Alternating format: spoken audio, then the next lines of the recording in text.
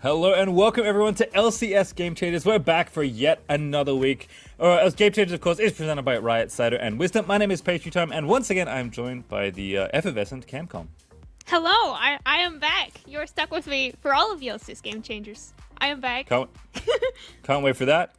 As a reminder, what this is event for, if you maybe missed it, what are we doing? Game Changers is a program that's about taking a step towards more women and marginalized genders participating in competitive play, in particular esports, obviously, in this case. We're here to showcase the talented players of marginalized genders and help them tell their story. We also want to empower coaches and managers by giving them the resources and tools to succeed. This is a full scope program. I've described it as we're condensing LCS season into a 3-month time period. Yep. I know Camcom loves hearing that sentence because I've said it probably 10 times already.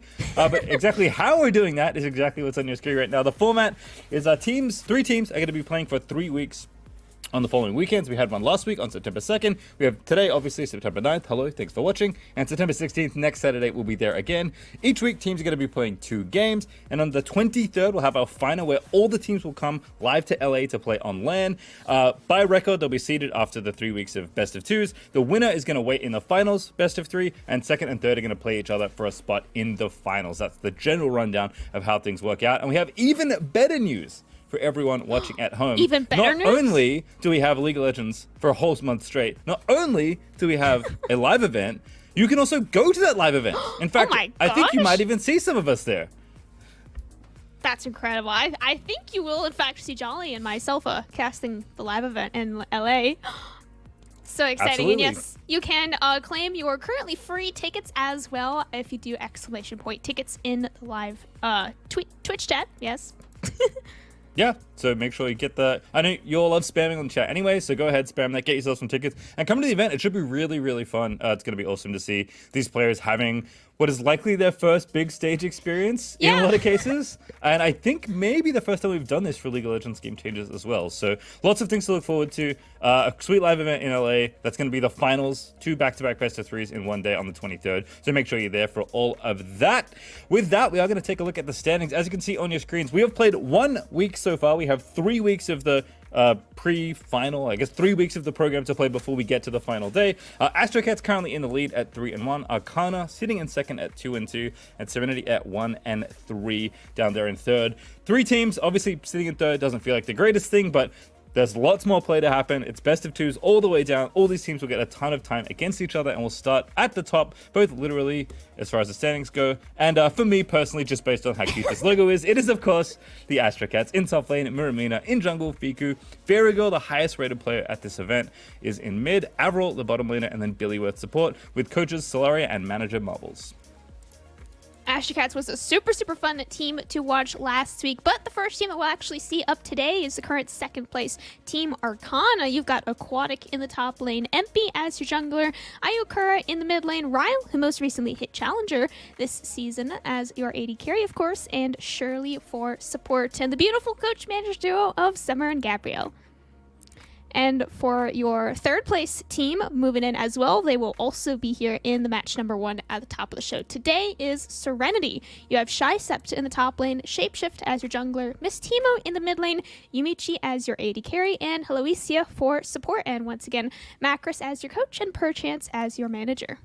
Yeah, man. Already a bit of a spoiler there from Cam, but we'll take it. We'll have a look at the schedule in just a moment. Again, 3 teams. 2 games for each team every single week. This is the schedule for today, but again, you'll see all the teams all the time throughout the entirety of the program. Arcana going to kick things off with Serenity, as Cam mentioned. Then Arcana is going to be playing back-to-back for the first time today. They're going to be playing the Astrocats, see if they can't knock them down a peg. And then Serenity versus Astrocats is going to clean up our day.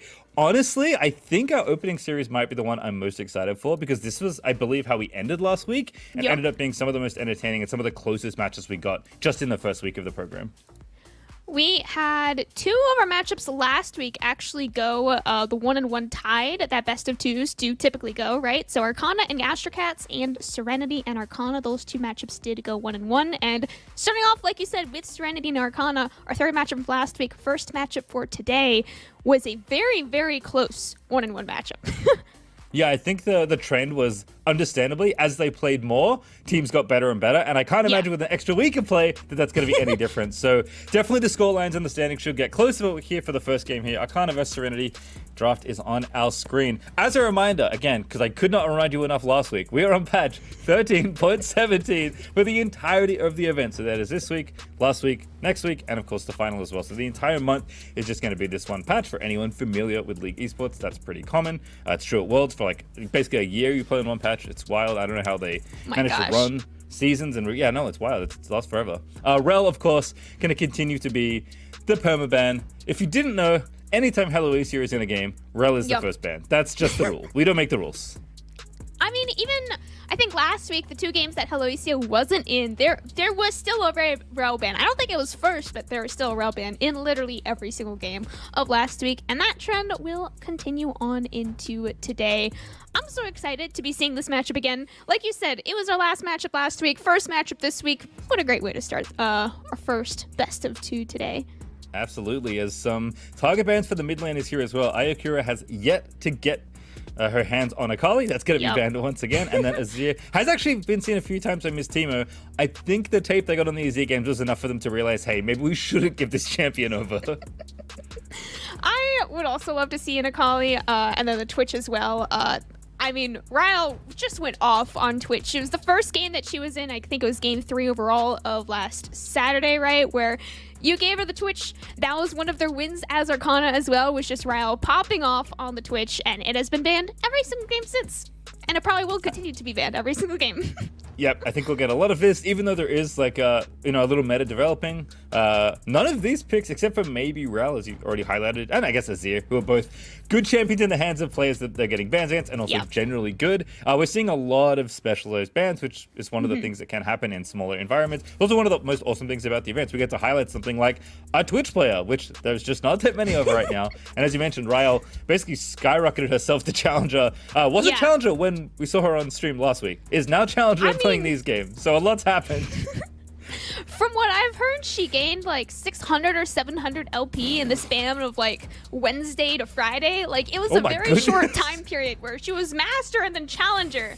And it was like the ladder reset this morning. So technically she hit the LP range for challenger last night. But of course, with the ladder reset being this morning, that's when she's actually like officially on OPGG listed as challengers. We have our first couple of picks of the day. You saw Jack spend every single game except for one game last week. And we will once again return as the B1 for this week. Yep, J4 also a pretty popular pick, pretty strong in the meta in general right now, so is going to get banned away here. Zeri, not a champion I believe we saw at all last week, but obviously pretty sweet 80 carry if you want to play some sort of scaling teamfight comp. And then Talia, a champion we've seen a little bit of, I would say is likely more jungle than mid these days, but obviously can be flexed to both. I think Shapeshift as well has also been practicing quite a lot of not only Talia, but a lot of these like farming to 6 type of junglers. She's super good at getting those first 1 to 2 full clears of the jungle done super fast and then getting pressure on the map. That is typically the playstyle that she tends to. That's also why you will probably see Lilia banned every single game against Shapeshift. Eventually that can move into Karthus as well. I've heard that she's been practicing a little bit of Karthus on the side, but those power farmer to level 6 junglers are what Shapeshift is super comfortable playing, as we do have the bot lane now locked in for Arcana. This is definitely a different bot lane than I think we saw last week. Unless Tristana's mid. I could be wrong. Yeah, didn't see a lot of Triss get through. It felt like she was getting banned a lot in phase 2, but as you said, is a flex, can be played in either spot. Alawi's on my screen. That is not a sentence I thought I would say today. But sure, Alawi into Jax is likely our top lane matchup.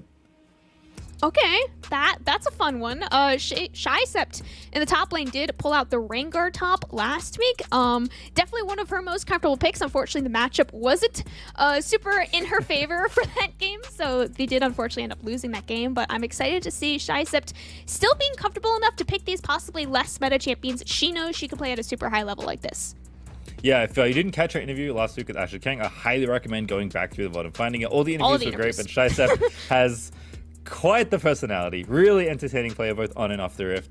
And it's funny, she was saying like, oh, I don't want to play with too much ego, I want to play for my team, but also like this happens. So it's an interesting mix of maybe trying to take a player who wants to be a great teammate, which is a very like valuable thing for someone to say, but also naturally be good at carries and maybe more upbeat matchups. So really cool to see her pick up something quickly here. I'll recap the bans very swiftly. Alistar, Rakan, Kai'Sa, and Maokai are the last 4. Nothing too surprising, mostly just power picks getting banned away there. So we'll see what Serenity have in store for their pick 4 here.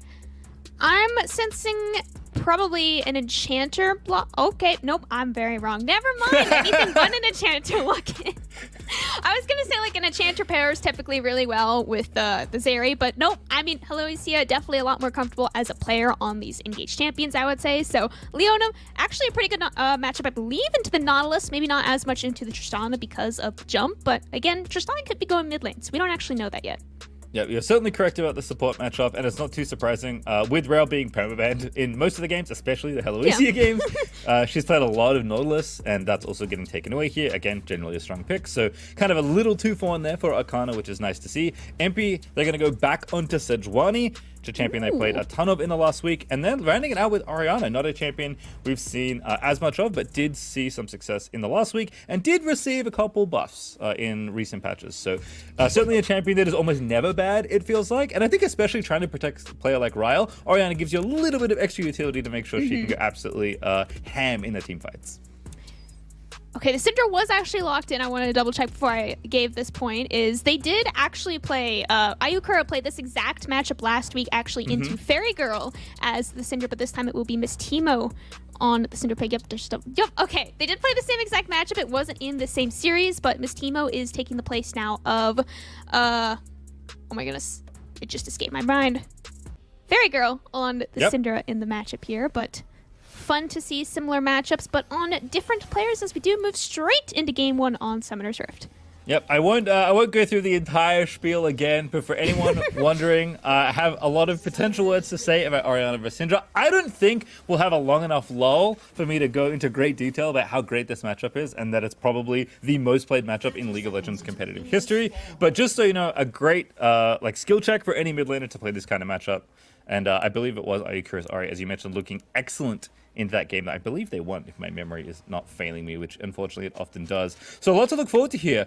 Some similarities, and I think the team styles are solidifying more than anything else, but some new stuff too, right? Shy-Step branching out a little, and even stuff like Zeri, which we didn't see at all for Yumichi, is a nice little spin here on week 2 for game changes. Absolutely. Yumichi had a really, really strong showing in week 1. Again, even if Serenity did end up falling 1 and 3 to the bottom of the standings, I still think all 5 of these players got their shining moments at some point during their first week. And Yumichi, I would say, looking at the team comp that they drafted here in game 1, kind of screams to me they're playing to give Yumichi carry potential in this type of comp, right? You have very heavy AP on the top side, other than Alawi, of course, but I mean, you're not going to be building armor. You're not going to be building anything to block out Yumichi, and I think this could be a very good game for her if she's able to play this lane aggressively enough, but safely enough to not give too many kills over to Ryle. Well, I was going to say, because funny you should mention playing aggressively in bottom lane, because if there's one thing that Ryle does, the Ryle signature is to pick any AD carry. In fact, sometimes it's not even an AD. Sometimes it's Yasuo. That also happened. That was great. That was fun. Start with Carl. Play every matchup like you have to win every 2v2 all-in the entire game.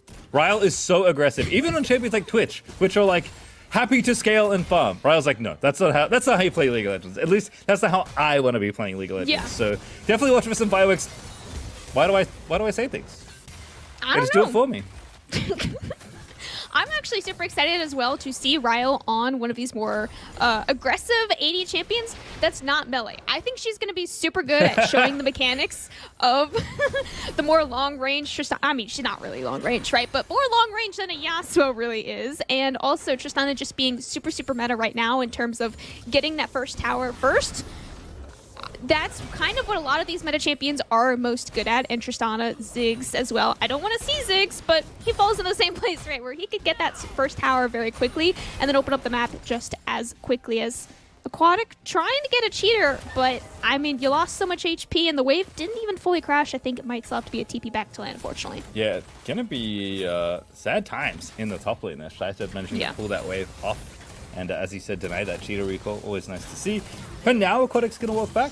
But oh my gosh. Trouble, Ryle! Ryle actually jumping right into Heloisia, but getting the flash out from Heloisia as well is not what you may have expected from that engage. Jump in, jump out. Ryle still claims the first blood in that play there, but now she's going to jump right back straight into melee range of Yumichi. She lost vision, and Yumichi just playing right around the vision in melee range. Still is able to walk out on top. Ryle playing, I mean, just perfectly there, honestly. My favorite part of that whole play, by the way, MP with incredible timing on that catty egg. We'll talk about that in a moment when the replay inevitably flies. In fact, we'll talk about it now. So first of all, going in aggressively. I didn't expect this kill to happen, but easy Nautilus route and then explosive shot, ignite, just enough damage there. Ryle, basically perfect calculation, flashing him for the auto and thinking, okay, they're out. This should be easy to walk away. Shapeshifts here, but it's not that bad. Shirley says no, absolutely not. We're turning back around. We're going into Yumichi. Has to flash. Tristana rocks. Talia rocks, causing all sorts of problems. And MP, absolutely perfect timing. And Yumichi's like, well, guess I'm dead. As Ryle rocket jumps back into the fight with no HP.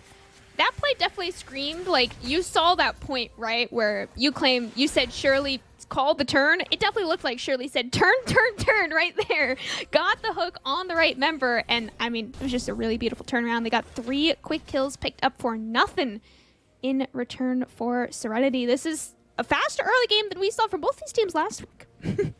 Yeah, we definitely saw some slow starts for these teams. I mean, we should say control. That's really what it was. It wasn't them being slow for the sake of being slow.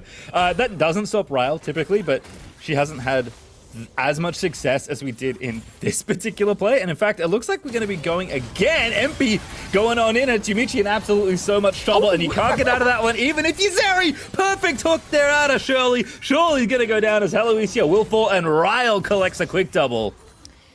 MP, I mean, just wait in the bush, wait for them to walk right into you, landing all the CC once again on the right members. All of a sudden, now you got another double kill for Ryle, and I mean, a first dragon easily picked up now for Arcana. They're snowballing the spot lane as fast as efficiently as possible.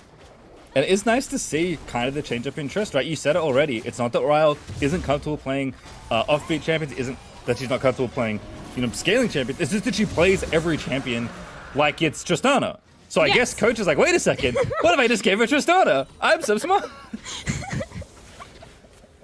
The coach is really smart. That's not a dig. That's actually serious. But it is one of those nice things to see the teams making adjustments and actually, drafting for the player's playstyle rather than just being like, pick what you want and play how you want. Which I guess, in the first week you can expect some level of we're figuring it out. In fact, the whole program is going to be a lot of we're figuring it out. Arcana also told me, their coach Summer, that last week was actually their first full day of playing together as the first full 5 squad. Really? That really impressed me when she told me that. I was like, oh my gosh, you had not played together yet before that day, and you played that well on day 1? So her joke was actually, we've now doubled our playtime together starting day 2 here, so... Yeah. I'm excited to see just how far they were able to grow, not only from the day 1 to day 2, but now day 2 to day 3 here as well. Shirley, Hex Flash the overall. flash. Miss Timo does have the flash, but not going to have enough time to burn. It burns it a little bit late, but the Ignite taken down will just be enough to give that kill. Really nicely done there by Shirley. Threads the needle there on the hook. Shirley, absolutely impeccable aim on that Nautilus play. And once again, 2 ignites and 2 kills. That is a very successful conversion rate for this Nautilus here as the roaming is starting to open up and affect other sections of the map. I mean, at this point, Ryles can just kind of chill. Totally fine on this. Triss ticking down the call. 3-0-2, almost has her first completed item done. It's going to be a pretty aggressive snowball just if Triss keeps the pace that she's set for herself. So Yumichi and Heloisia are going to have to play back a little bit, but it is nice to see Arcana transitioning her advantages to other parts of the map. And it's funny that you mentioned they hadn't played that much together, because one of the things I was going to say that really impressed me about Arcana was that for a team that was maybe finding some struggles in like individual skill and early game where they were maybe making some mistakes, they looked very coordinated as a team. Yes. So I would not have expected you to say, oh, they barely played together. I was not expecting it either. I was very impressed. You've already seen in the first, 8 minutes of this game 1, right? Already the bot lane synergy of Ryle and Shirley looks so much cleaner than it did in the first 8 minutes of any game they played last week. I think Shirley as well has already had, that one shining moment of, hey, let's go back and get you a double kill. That is how you have to play these very aggressive, engaged supports.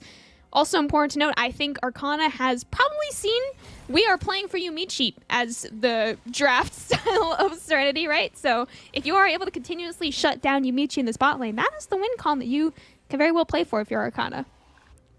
Yeah, we'll see what Serenity want to do here, because obviously they've done a good job of countering that win con on the Arcana side. I will say, though, Shapeshift looking very healthy in the jungle, obviously significantly faster at farming than the Sedges, actually up almost 30 CS, about 25 right now, which is, kind of a farming jungler's dream as far as the early game goes, and is now level 7, obviously has access to the ulti, so if I'm looking for someone to right the ship a little in the early game, it is going to be Shapeshift's Talia here, who's, traded off some farming and some potential counter ganking and gank setup for getting this advantage. So I would like to see her translate that to other areas of the map, and likely somewhere in the mid or bot. I think we're going to have top lane be an island for quite a while, and I think that's just fine.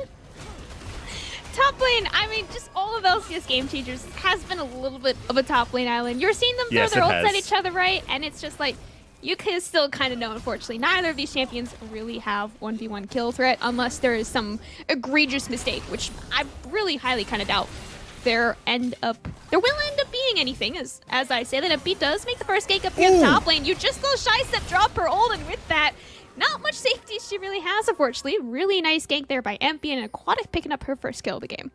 MP's timing continuing to be excellent throughout this entire tournament. Really nice little visit to the top side. It's funny, we kind of cursed it just saying it's an island. Instantly goes up there, gets the flash for flash, and then, it didn't even flash actually. Gets the flash for Arctic Assault, and then just throws the ulti out and has it going. Beautiful side set there by Ayakura, my goodness. Because there's a number of people from Serenity here in the middle of the map trying to make it happen. Flick back, finds it, stun is good. Ayakura is going to go down to Miss Teemo. Miss Teemo picking up the first kill of the game here for Serenity, and you layered the CC in just the most perfect way. Ayakura didn't even get a chance to flash away. I don't believe you can actually flash away on the rocks, but meanwhile, you may have thought they were only clearing the Rift Herald, but they were actually clearing the enemy mid laner there as well. So it does end up being a 1-for-1 plus a Rift Herald picked up there by Sejuani. MP. Oh, I'm so curious how this happens. Control word. Oh, fades back and then just goes in. Doesn't even wait for the support. Doesn't even wait. Ryle. Holy smokes. So aggressive. She's a madman. She is. Incredible. She burned the flash for that as well. That's incredible. I mean, she had to flash a Zenith Blade from Leona. There's so much happened in like 1.5 seconds for that to happen. But Ryle insta-killed the enemy mid laner in a 1v2. By the way, she has Kraken Slayer, so that's part of the reason this Trish is so strong. That happened before this. Sorry. That kill happened after the Kraken Slayer was purchased, and it is going to lead to this Cloud Dragon being picked up as well. But, I mean, if you have nothing to go by, you have no idea what we're doing, this is the first time you're ever tuning into the stream, you're first time you're ever seeing Game Changers for this year, and you're watching Arcana and saying, what can I take away from? That is exactly what you can take away from. Ryle is a treat to watch. Ryle is an absolute gem. And I'm not saying, like, wow, she flashed in a bad way. I'm saying, like, wow, she had the reaction speed to actually flash the Zenith Blade. Like, that is very impressive to watch as a sole individual style here. You have what you thought was a 1v1 in the top lane will actually, in fact, be a 1-for-1 in the top lane as well. Shapeshift just arriving a smidge too late. A little bit of a 1v1 here in the mid lane as well. Miss Teemo dropping the ult, and flash from Ayakura actually connects the 1-for-none kill in the mid lane. Really well played by, once again, all the 1v1s on both top lanes and the mid lane. Yeah, some individual skill really being flexed here in a lot of different passages. Miss Teemo did have flash, but that is a tough flash to find. Orianna's ball is not tough for her. She is so close to you when she flashes in. You basically have to react flash as soon as the flash comes in. And even then, depending on how much distance you get, it might not be enough if Ayakura reads it and then still has distance for the Q. So a tough spot to get out of. I think in any case, not a bad move to potentially hold that flash. But again, Ayakura navigating this matchup very nicely, getting herself a solo kill there in mid lane as we'll watch the top lane once again. I don't know how Aquatic managed to get a trade here. I mean, is winning the 1v1 handily at this point, but then Alawi ult happens, Shapeshift roams on in, and there's just enough damage left. Yeah, I mean, definitely the TLDR of that one is Alawi ult happens. That is what happened. You mean she thought she was safe up here in the top lane? Unfortunately, Depth Charge will make sure she knows she is not safe anywhere. On Summoner's Rift, Ryle picking up her 5th kill of the game. Louisia and Shapeshift trying to just, keep their wave safe at this point, right? This is like the perfect ideal scenario for a bot lane. You take your outer turret before plate team and follow, you rotate it to the top lane, and now you can take even more plates on your already very, very fed AD carry, right? You throw Aquatic and Shystep down in the bot, or not Shystep, actually they throw Miss Teemo down in the bot lane, and Miss Teemo so far is getting a couple plates for herself, but will not be able to match the split pushing power of a Tristana. Yeah, this is one of the reasons Trish is so good. We'll hold that thought. Shirley's in a bit of trouble. 1v3, Ryle. Fancy a go? guess not. Thinking better of that particular interaction. I wouldn't have surprised me, honestly, to see her try and make outplay, but I think Pick's the safer choice. Pick's probably the smarter choice there as well, as there's ulti out of Ayakura. Shysept in trouble. Oh, but Alawi again, carding out here, has the ulti ticking. Tentacles getting some health back, but it is a 1-for-1. Close. Shapeshift trying to find it. The shield is there, but the kill is good. The turret, though, is going to be the trade. No, it is actually MP finding the kill on the Shapeshift. Okay, 1 for 2, still in the favor of Arcana. Serenity making these plays because they know that they have to at this point, right? Even if you are taking these slightly disadvantaged plays, a 40-60 is still better than fighting on even terms when you know being so far down in gold makes it that much harder. I want to point out the shockwave from Ayakura there, I think, was pretty much perfectly timed. There was not a better time to drop the shockwave at Ayakura as well, with a little bit of a faker feat. Got pretty close, but I mean, this could have been a kill for her, but MP said no. That's my kill. Yeah. Wasn't sure. Just wanted to make sure, which I always appreciate. I mean, look, someone got the kill. That's all that matters at the end of the day. That's when your true. solo queue teammates are spam pinging you, first of all, mute the pings, and then just go on with your day. You got the kill, you got the goal. Everything's totally fine. Ayakura once again with some nice movement to make sure that trade ended up positive, although it's nice to see Shapeshift staying active as Ryle diving on in. There is a follow-up from Shirley and Heloisia. That is Omega Turbo Debt as Ryle. That is the Ryle special. Almost takes out Yumichi, executing her with the Buster Shot. Doesn't get it, but sends the thumbs up on the way out. A Shapeshift is going on in, but MP's here. Perfect ultimate, and Shapeshift goes down as Ryle goes god like an MP swoops on in for the cleanup. I mean, MP has just been like the shining knight of darkness in this game. They have been there in every single play that has happened on both of the side lanes, and even a little bit in the mid lane as well. MP even here in the top lane. Forcing the flash out from Miss Timo, nicely done. MP has been there every single play, perfectly reading this map so far in the first 15 minutes and earning themselves a very nice KD of 306. Missing out on CS compared to Shapeshift, but I mean, you get the kills, means a little bit more than the jungle camps. Oh, absolutely. We'll be okay, I think, with how the game is developing, and as you said, has been in the right place in the right time. The hallmark of any great jungle MP.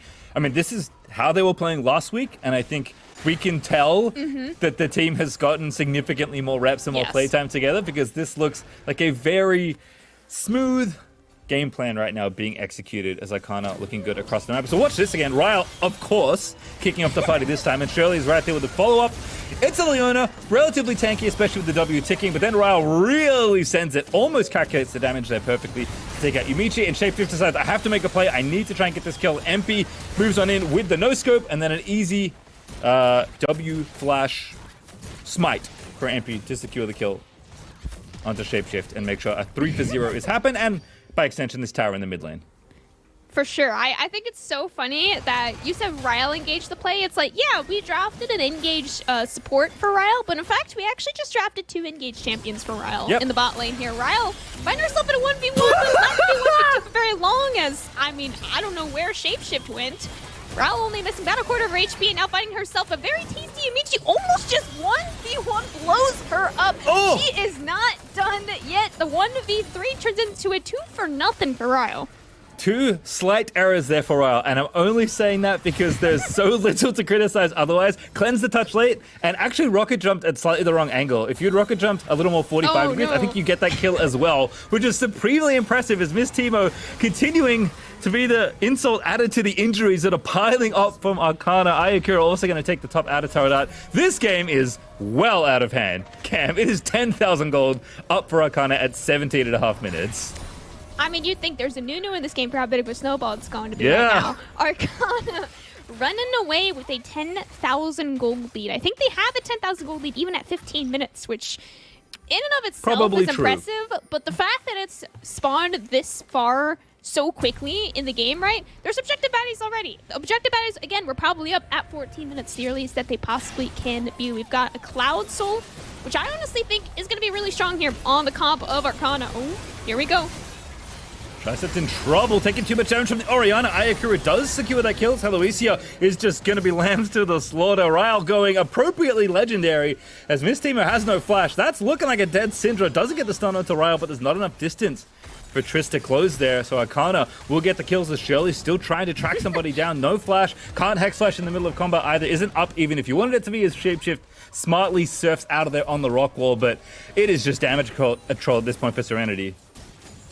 Absolutely. The only thing that you can really do at this point is take those disadvantaged fights that Arcana are still forcing sometimes. But, I mean, Serenity, they cannot take even footing fights because that is just never going to be even footing at this stage of the game, right? You have to be a 4v2 and pray that that 2 does not include Ryle, right? Like, that is the stage of the game that Serenity still absolutely can make a comeback. I've seen comebacks worse than this.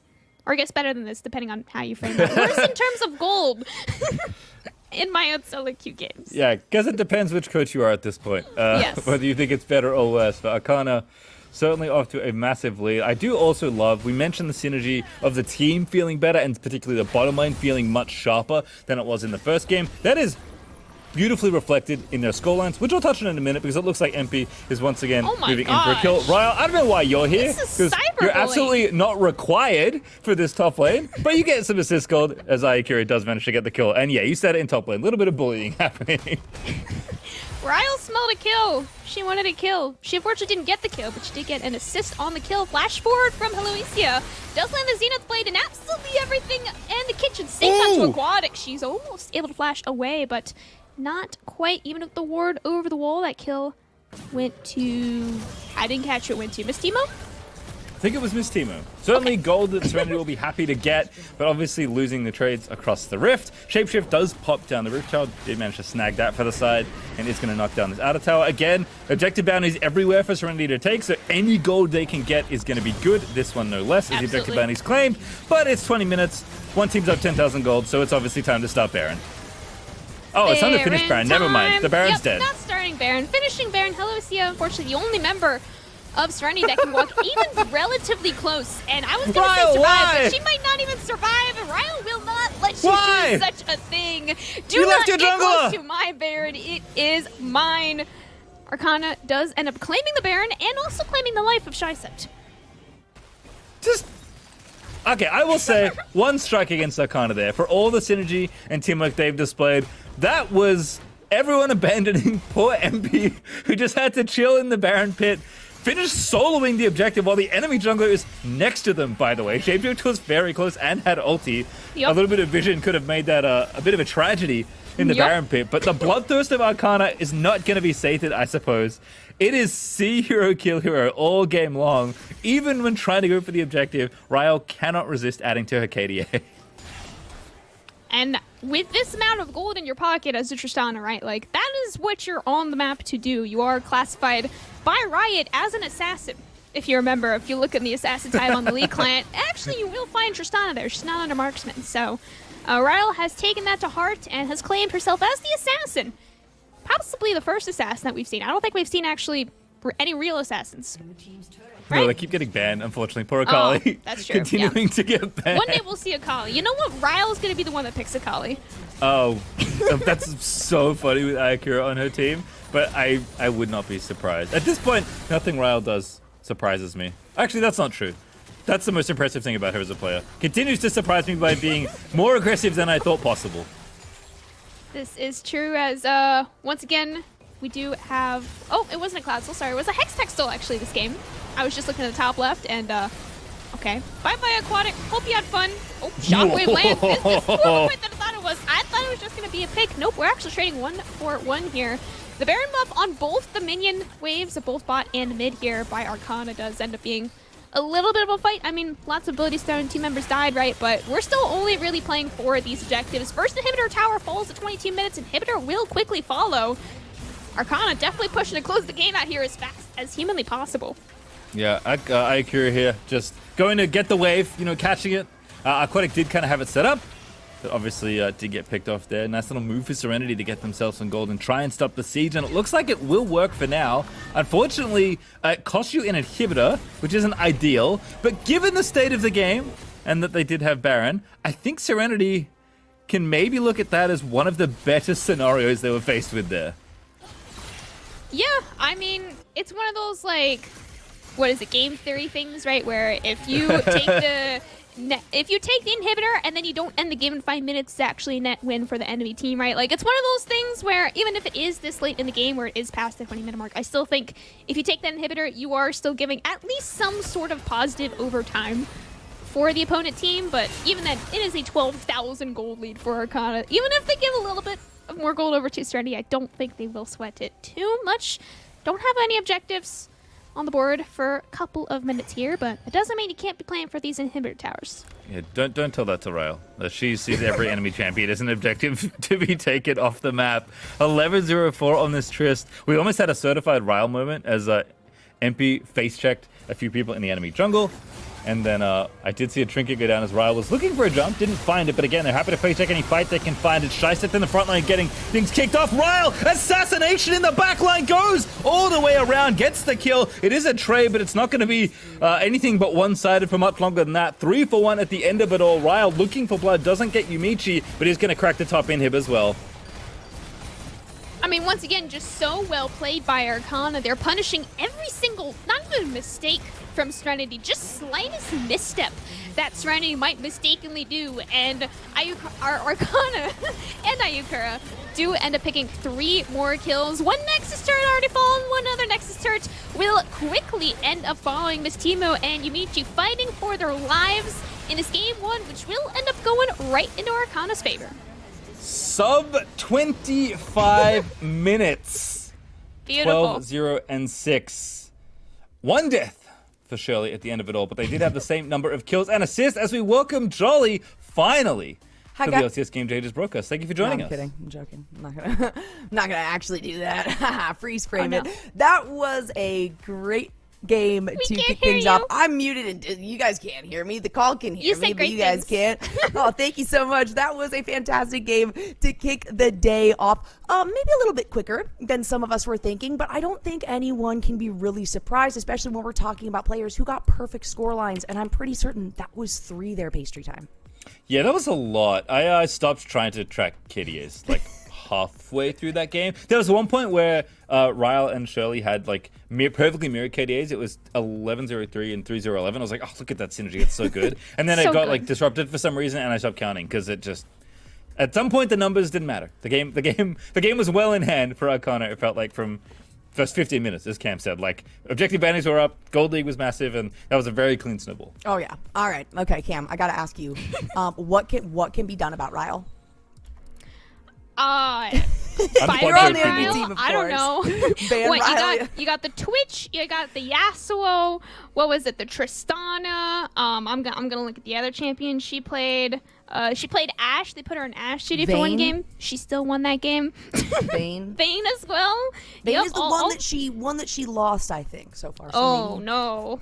Force her on that. Still pick Vayne. I mean, all of these champions are not champions that you would necessarily see in any meta tables. Are like, this is an S+ tier. Everybody's picking. She's not picking Kai'Sa every game. No, she's picking Yasuo. Like, these are champions that you have to specifically draft around as a team and against that team, which kind of makes it even harder to play against this type of player. Right. All right. My last question then, I guess, in regards to controlling Rael, do you give up the bans then, Pastry Time, and just kind of focus on the other 2 perfect players who were Shirley and then MP in the jungle? I think draft wasn't the problem in this game. I think both teams had a pretty clear plan of what they wanted to do. I think banning the key champions or the specific champions is always good. Like, Twitch especially is one of those champions where if you're already going to struggle 2v2 when Shirley and Rael are playing this good, the matchup isn't that relevant. And Twitch is significantly harder to play against because what he does as a champion is so unique. So I think keeping the target stuff, so keeping Akali, keeping Twitch makes sense. I think it's just adjusting your plan slightly. I don't mind picking Zeri and trying to scale, but you kind of need a plan for what you know is coming. One of the things that's easy about playing a team like Arcana is that their plan is pretty telegraphed. Unfortunately, whether you could do anything about it is a different question. So I think Shapeshift, maybe trying to pick for a team a little bit more, could be an avenue you could do that. Or if you're just going to kind of sack the bot lane, just pick something a bit safer. Because I don't think trying to match 2v2 and fighting is going to be the way you go. I'm actually kind of surprised we didn't see Ezreal, because that was one of the default carries we saw in a lot of the first week, and it's a very safe one. I'm not saying there's any good solutions, but I think you just kind of have to pick a lane and be like, all right, good luck. We'll try and win on the rest of the map. Yeah, it feels kind of like Ryle's beyond controlling. And Ryle is one of those players that we look at as a good potential to move on to a professional player, right? One of the younger players, absolutely insane. And I love to see this matchup in particular because you got a little bit more of the veterancy, and then you've got a little bit more of kind of these new players emerging. But let's talk, I guess, back about game changers and really what we're doing here, and also some exciting news too that we have today in regards to it. Of course, we're showcasing top talent, marginalized genders, all that good stuff, which me and Cam are familiar with. Pastry time, I don't know if that applies to you there, but we appreciate you being here either way. Today, though, we do have something exciting. Y'all can get tickets. You guys can get tickets to Game Changers, ! Tickets. Make sure not to add an extra E, as some people in chat have been doing, and they're free. All right, get it now. Get your tickets so you can select the perfect seats. As of right now, it's still pretty available and open, so y'all can still pick those in the front row if you want to come in and check things out. So definitely take a look at that. That's going to be September 23rd. I wanted to make sure I got that right. September 23rd at Riot Studios. We would love to see all of your beautiful faces there because we're going to be there too. I'm very excited about that. Yes, but let's take, there we go. There's that little thing, ! Tickets. It'll give you guys the link. And this is exclusive too. Like, this is the place that you have to be to get these tickets. So make sure to tell your friends, tell them to check into the broadcast so that we can get them tickets as well for that final game day. Okay, well, let's see how we're thinking about moving into the next game as well. There is an opportunity here, right, for Serenity to kind of recover a little bit. I'm a bit disappointed in, the top lane. I love Shysept. I've been friends with Shysept for a while here. So how do you guys feel about the matchups with Shysept? This one actually kind of felt like she wasn't being camped a lot of the game like we saw last week, but she still wasn't really able to find a ton of success. So Cam, do you want to kind of talk to me a little bit about maybe what can be done towards the top side of the map? For sure. I think Shysept has been able to pick at least some comfortable matches for herself in this top lane, right? Where she, again, had the Rango top last week, the Alawi top today. These are not typically champions that we get to see in a team setting, but are particularly comfortable for players like Shysept. So I think when she is left alone, like you say, Jolly, she does play these top lane matchups that not many other people can play. She plays them really, really well. So I feel like, you can't tell MP to leave her alone, right? Like, MP's always going to be everywhere on the map, but if in a world where MP forgot top lane existed, I think Shysept could do really well, but I don't know. Just give your top laners more help. Remember, they're not an island. Yeah. Top laners help, and maybe play it a little bit slower towards the bot so that top can gain a bit of momentum there, right? We do have side selection, of course. We can see down at the bottom, Serenity has picked blue for this game number 2, and Arcana is on the red side. And this isn't a typical, best of 3 scenario. This is just 2 games per team. So Pastry Time, what do you think that kind of means when it comes to going into game number 2, realizing that you might not have the ability to recover yourself after this? Every series is an adaptation, so I'm very curious to see how the teams adapt. But best of 2 is all about, it says best of 2, it's kind of more like 2 best of 1s back to back, which I know doesn't sound like a significant difference, but I promise you it is. Every win is really valuable in best of 1 or best of 2. Best of 3, on best of 5, you can technically give wins away because it's just about your overall series score being positive. But definitely in any series scenario, even something as small as best of 2, adaptation and evolving as you play is super important, and I'm very curious to see how the teams do that here. We are going to start off standard though, and I imagine we'll see maybe 4 to 6 of the phase 1 bans be about the same. It is once again Ayakura not having access to Akali. And I'm also expecting, of course, Arcana to probably ban Rel. If not, Serenity is almost 100% going to be a B1 Rel if Arcana decided not to ban the Rel, so I am quite happy. Well, sad for Alosia, but happy for Arcana that they did end up banning that Rel.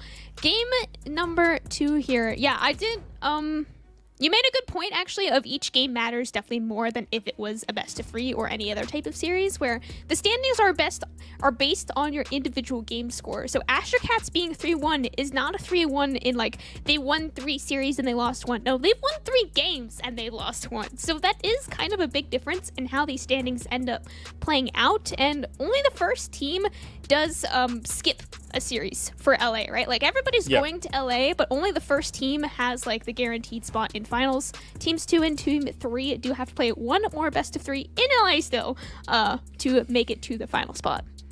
Yeah, which, you could argue that getting more stage time might be fun, but presuming these are competitive players, your goal is to win the tournament. They seem pretty competitive, just a little bit. You're going to want to put yourself in the best position to do so. It is the same 4 bans kicking things off: Akali Twitch and Azir Rel. Kind of a mixture of targeted bans and meta/targeted bans, but all 4 of these champions, actually now all 5, as MP is going to lose their Sejuani for the first time ever in this tournament. MP actually talked quite a bit in their interview last week with Ashley Kang about their comfort on Sejuani and these other tank supportive jungler type style, right? Where typically solo queue type junglers really like to play the Engage, they like to play the Zenzel, they like to play the J4, these really ganking heavy junglers, because those are just kind of more fun to play in solo queue. But MP has shown themselves to be really strong on these more utility and team oriented champions, and I'm actually quite happy that we might get to see them on a different champion. I'm still expecting a similar type of champion, but something different than Sejuani, but let's see how well they can still play a different champion. Yep, I think we've seen Jarvan from them already, and it is open here, and although probably a hot enough pick that you want to take it, and Serenity will indeed do that, picking up Jarvan for themselves here as the first overall pick. J4 right as I thought it, I was like, J4's gonna get picked. I shouldn't talk about it. J4 is still probably S tier in junglers, right? He's just up there in the meta, so he's going to be a picker ban probably for the majority of the patch the Game Changers is on right now. So I would assume that we're going to see a jungle probably plus support luck in here for Arcana, unless Ryle decides, no, I'm just going to pick my AD carry because I want it.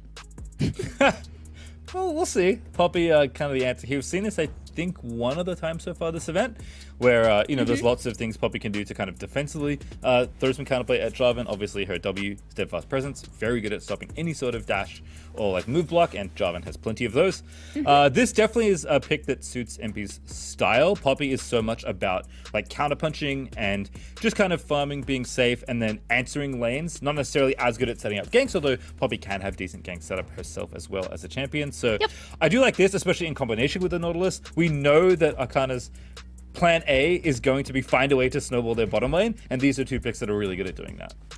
For sure. Whenever J4 is in the meta, Poppy kind of also just has to be in the meta because Poppy is one of, if not the best champions to counterpick the J4 with. And we did, like you mentioned, see the same exact matchup last week, where it was actually MP on the J4 and Fiku, Ashtakat's jungler, on the Poppy. So it is flipped now. MP gets the Poppy side of the matchup, and MP did win the J4 side of the matchup last week, so let's see how well they can play both sides of the jungle matchup, as I did expect the support to be locked in here, but we do get to see Yumichi play one more game, at least of Zeri today.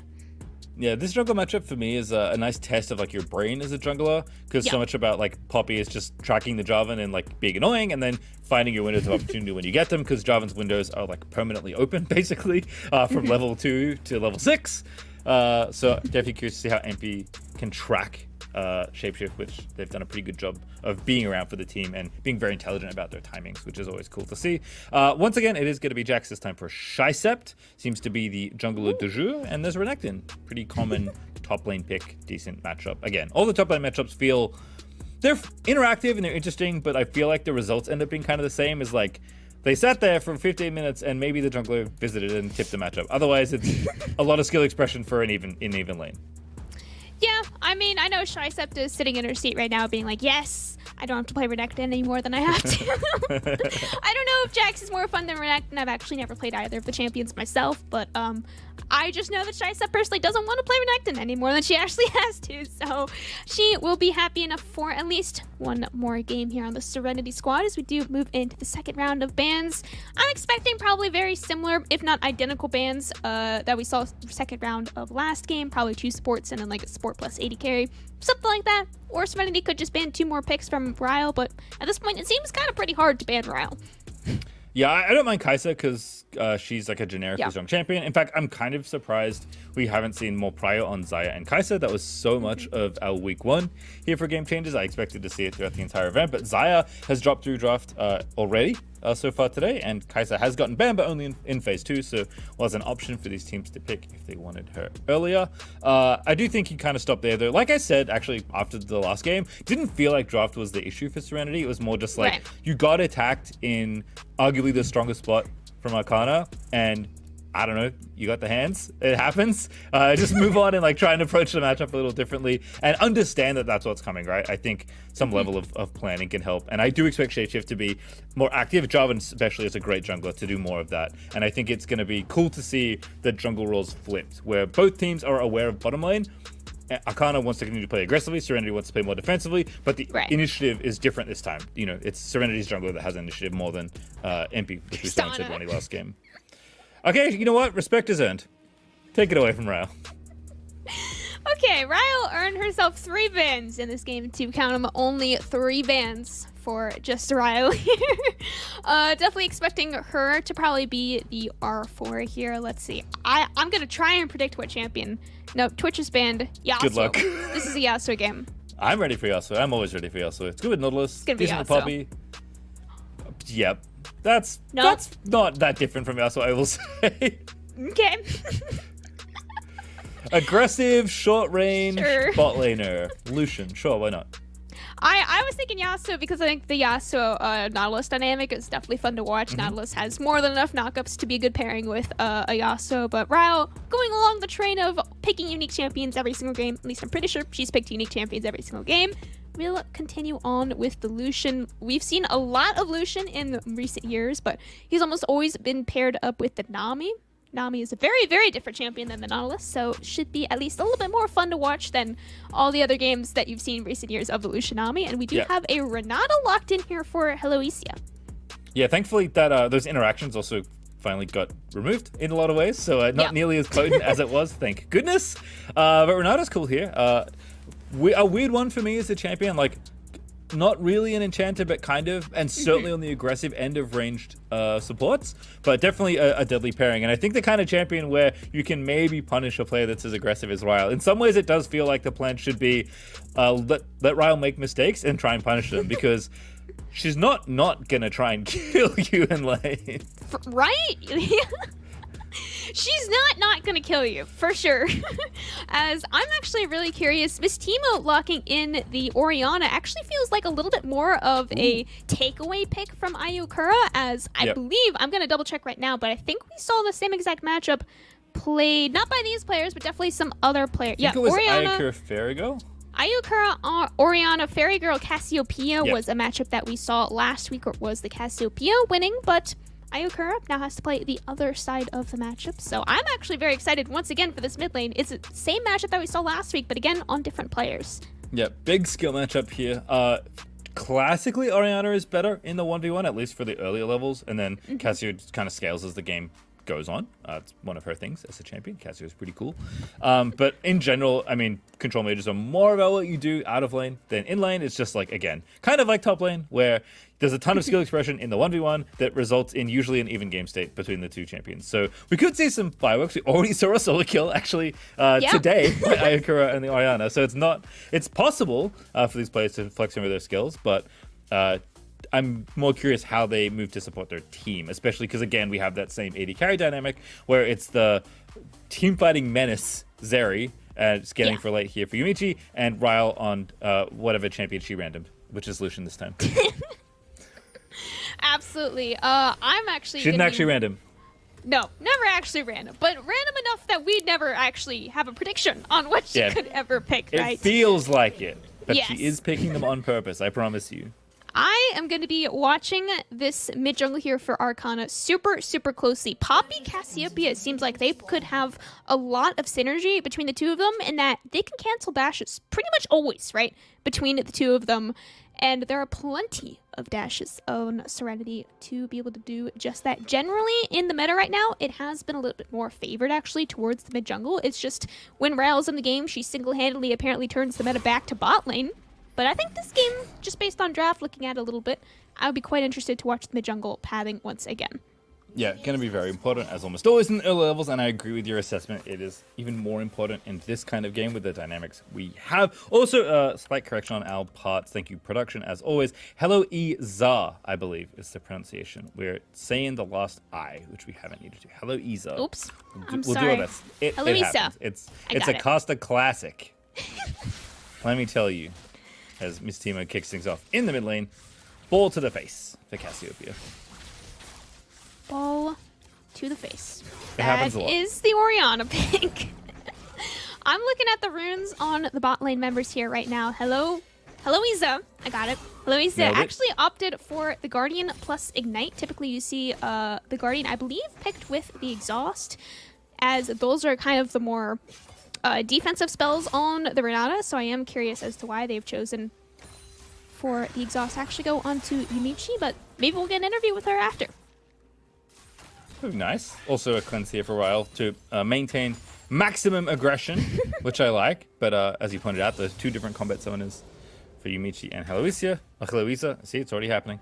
I think it's more like some personal agency for Exhaust on 80 carries. And it kind of makes sense on Zeri, given that your job is to like run either toward or away from people, depending on what's happening in the rest of the encounter. But Exhaust kind of lines up with wanting to be scrappy and have longer extended trades where you're eventually going to win by overpowering them with your DPS. Lucian, obviously, even for a bot laner, much more about burst, especially in the earlier stages of the game. But looks like MP, after their old tricks here, looking for something in mid lane. It's going to be a tough angle to find, though. Waiting in the wings. Miss Timo might not know exactly where she is, but Shapeshift absolutely does. It does look like Epi may just be walking, having a good time here in the mid lane. Just a little bit of a drive-by gank, and Epi does know exactly where Shapeshift is. She was on that red ward on the bot side. But other than that, I mean, just some pressure ganks in the mid lane. MP did soak up a little bit more experience than Shapeshift, so if that does end up mattering for any level 6s later, that will be where it came from. Shirley Hook underneath the turret is not where you want to be, my friend. Exhaust plus Ignite dropped onto Shirley, but she is still alive. Shapeshift's going to be forced to flash away as well. Round flash forward, but not enough damage. And in the end, it will be Poppy actually picking up the first blood. Heloisa all of a sudden left all alone under her turret. Shapeshift plus Yumichi falling very quickly to Arcana. How does it keep happening? Every time MP shows up to a bottom lane, people explode. That's the trend so far, 2 games in. This hook, I mean, I can't believe it hits. Someone check Shirley's PC after this.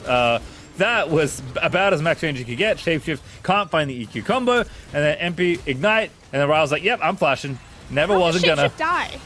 Ignite, I think. Oh wait, that's true actually. Red buff? Oh, okay. Yep. And MP got the kill credit. In fact, MP got credit for both kills. So really maximizing income on the bottom side there. I'm guessing red buff because I don't think Poppy was in range to throw the shield. Shystep looking for the solo. Bolo has the flash. Ready to go. Flash smack. There's a solo kill from the Serenity top laner. Man, I was talking about in between games, Shysept can win these top lane matchups if you just let her be Shysept. Let her have the 1v1, she will end up winning it out. It's a flash, but a kill for nothing. Shysept has got it every time, and you gotta watch the wave prio, wave management up there as well. I was gonna make a point on that, but bot lane might not let me. Michi do have flash. Oh, Heloise is the target though. Smart stuff, getting the flash instead. MP max range stun. Unfortunately, little Lucian with the 500 range, not going to be ready to follow that one up, but at least trades out the summoners there. That was, I believe, 1 for 2 flashes. No kills obviously burned there, but MP flash for both Yumichi and Heloisia flashes. MP having the Hex flash does end up coming out on top of that one, even if it was a numbers equalize. Shirley not quite able to land the hook on that one, and with that, kind of just fed her own life to the wolves. Shapeshift there just in time to get that kill really nicely over to Yumichi. Raul forced to play safe for the first time. Persistence paying off there as Hex Flash here in the mid lane. He's going to set it up onto Miss Timo. Can't go anywhere. Now is grounded. That's so much control, and Ayakura Final Fangs does get the kill into Miss Timo. Really nice done now by both junglers, just in succession, in the right place at the right time, and that is come down to a skill of much more than a chance on these jungle players, right? Shysept now having a field day up on the top lane, and she was down about half the CS of Aquatic, and now just equaling it out is actually ahead in the Jax Renekton matchup, I do believe. So any even or even slightly ahead that Shysept can get will just multiply her gold lead in the top lane right there. Yeah, I mean, the jungle matchup is so fun to watch this game. Oh, it is. And it might be business as usual for bottom lane in some ways, even though MP is the one receiving the kills. But Shysept is certainly an avenue Serenity can look to play this game through. I think likely will at least in the early to mid section of this game. We're only 6.5 minutes through, so still very much in the early game. It is 1,000 gold up for Arcana, which is nice, but it's certainly not the end of the world. And the action likely going to continue, as I did like the combination of Ayakura and MP to kind of build your own very domineering CC change. It's not the one we expected. Oh, flash out looking, but Miss Timo finds the turn. MP looking for the follow-up, but there's a beautiful Shockwave finding two. Counter gank is there, and Shapeshift gonna find both.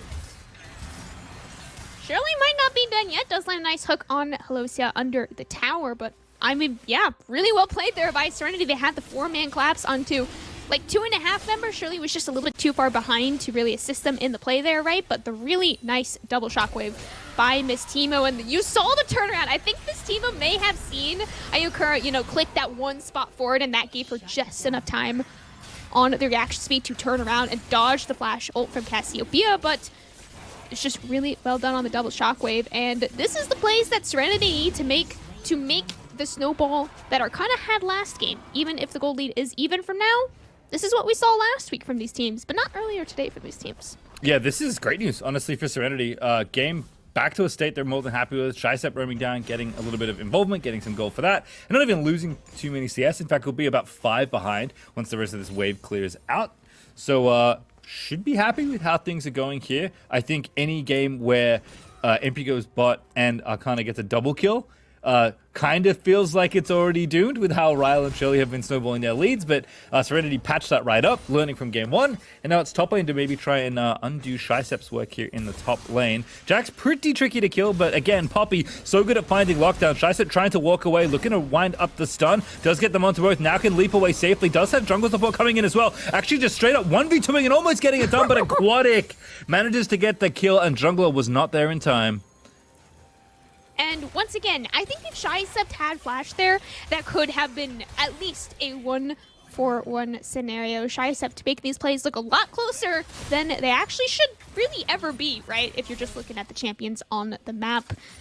If only MP was there, or Shapeshift was there even. Just a second earlier, Miss Timo, no flash That's to get disgusting. away from this one. I mean, yeah, disgusting is definitely the right word for that one.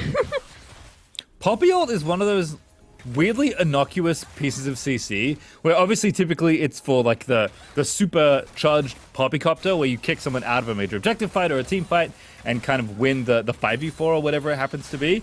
It is a pretty potent instant knock-up though, even though you can't do too much because they're actually untargetable in the air, unlike a bunch of other ults. Like, I actually don't even think you can Yasuo ult of a Poppy ult, although I could be wrong. It's been a little while since I've checked all my Yasuo interactions. I think you can. Okay. If it's not fully charged. That would make sense, but it's one of those ones where you typically can't, you can't throw a bunch of stuff at them when they're in the air, right. Unlike other knockups. Cassio W, however, the perfect thing to layer under a quick cast, a snap cast Poppy ult, because you're landing right in the one place you don't want to be, stuck in Cassiopeia poison, unable to move. Right? Like, that is the, very anti-double dash scenario that Arcana has drafted for here as their mid jungle, right? Shysep. Now, maybe I can finally talk about wave management between these top laners. Let's go. Wave management from top laners has been, the secret, special sauce that all 3 of the top laners that we have so far in the LCS Game Changers have gone to show in terms of mechanics, because we haven't had very many solo kills. I think we had 1 solo kill all day last Saturday, and obviously we've had a few more today. Please let me talk about wave management. No, they're not going to let me. Nope. Arcana said absolutely not today. Miss Timo does have the flash available. We'll be looking to flash the hook if available. Shockwave, unfortunately, a little bit behind her there and will not end up burning the flash. Just skipping 1 more kill over to Ryle.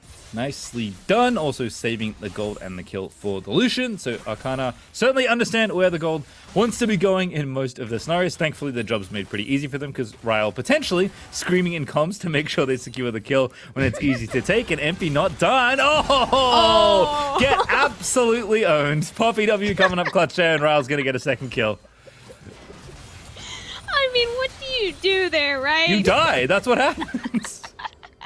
Yumichi, poor Yumichi. She's not even out of position. She was basically under her turret positioning there wise, right? She burned both the summoner spells. She had at least half decent positioning underneath her turret and still ends up going down. 1 more play picked up there for Ryle. Meanwhile, up here on the top side, Serenity are still keeping up at least Ahead this game in terms of objectives, they did pick up that first dragon as well as the first Rift Herald. I would think looking to drop that in the mid lane, most likely, as we do have dragon number 2 here in 50 seconds. Yeah, it feels like either solo lane is going to be a good candidate here for this Rift Herald. I think bottom lane is just too ambitious with how often Ryle and Shirley are going to be pushed up and generally how much attention there is, especially with that dragon spawning. As you mentioned, Miss Teemo going to get the push happening early here for Serenity, as they're going to try and get some control back over the river, which is currently mostly dark. It's 2 control wards on the very fine edges of the river so far, and in fact MP gonna do some diligence and sweep things out because there is no safety here for Yumichi. Absolutely none. Do have Lucia in the bot lane though. Yumichi still trying to fast forward. Ryle is surviving for as long as you can with the Renata W as well. Massive in turning that back around for Yumichi. She does manage to survive on 1 HP for now. Shirley arriving in the bot lane, but it's MP picking up the kill. Flash kill secured for the jungler Arcana. It looks like Flash Smite was involved in that one there. MP, very nicely done.